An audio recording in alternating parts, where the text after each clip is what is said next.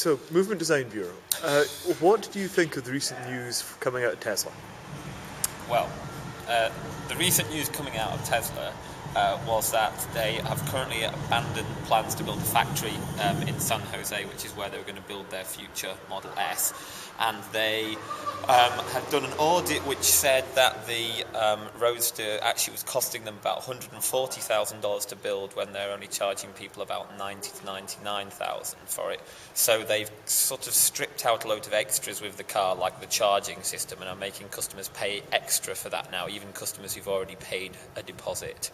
And the rumours are they're down to something like $9 million of cash in the bank. So it's not looking ever so promising, and the most recent piece in ValueWag compared Tesla to Tucker, who was kind of, I suppose, an auto entrepreneur in the 40s who designed this kind of mad, brilliant car, but was sort of then accused of essentially stealing money off customers by taking money and deposits off them when he never had any intention or any capability to actually see it through and actually build cars for them.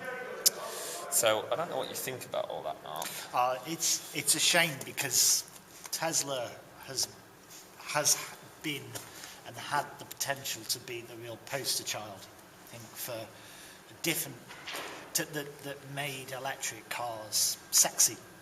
But I think one of the issues is that the company's been financed by venture capital, and it's been financed by the kind of venture capital that normally finances Silicon Valley startups, and trying to fund the development of a new kind of vehicle using new kind of propulsion. Well, that contains a whole mix of new technologies that have not really been applied together in the kind of way they've been trying to, is really complicated and needs people who have take a very long perspective in terms of financing it. And even though Elon Musk has this amazing reputation, the ValueWag articles arguing that him coming in and... Well, it's comparing him to Tucker, isn't it? And he's become the CEO. Instead of Martin Eberhard. So there was a change of CEO.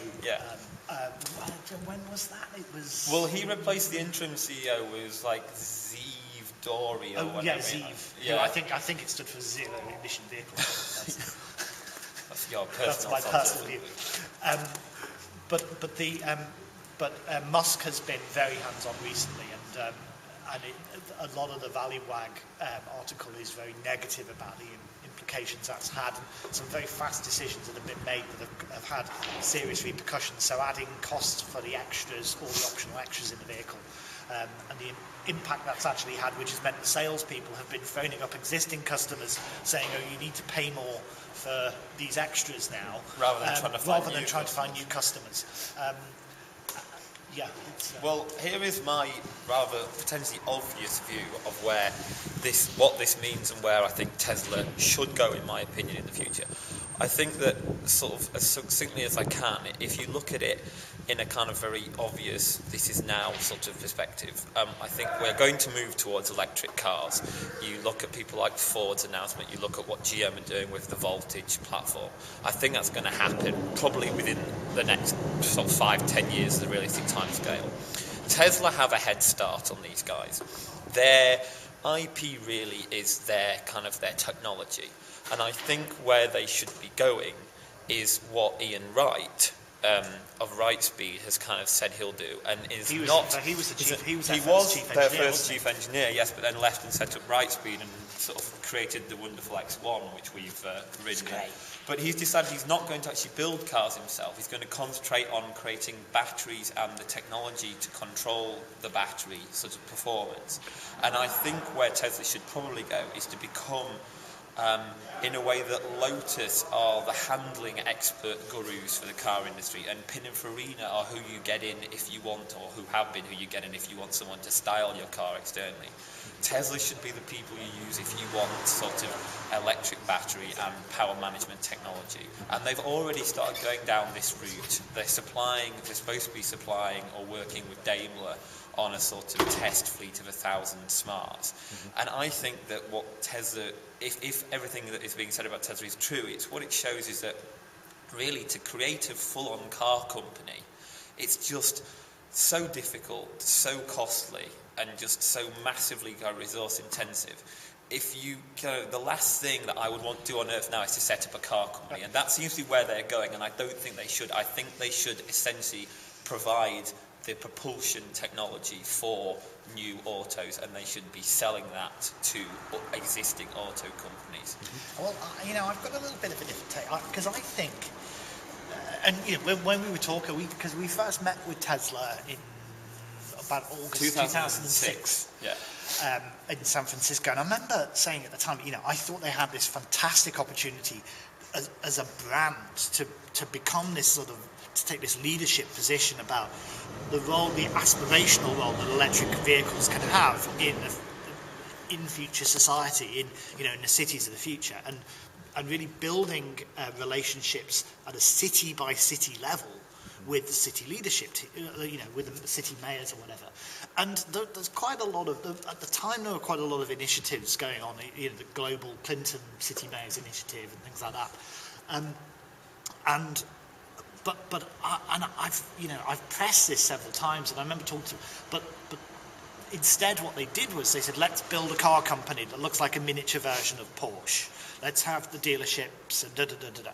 And, I think they've done a good job of executing on that, but, or certainly better than most small volume manufacturers do.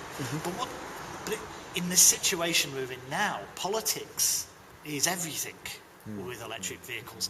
I think the other point is that people say that building a car company is really hard.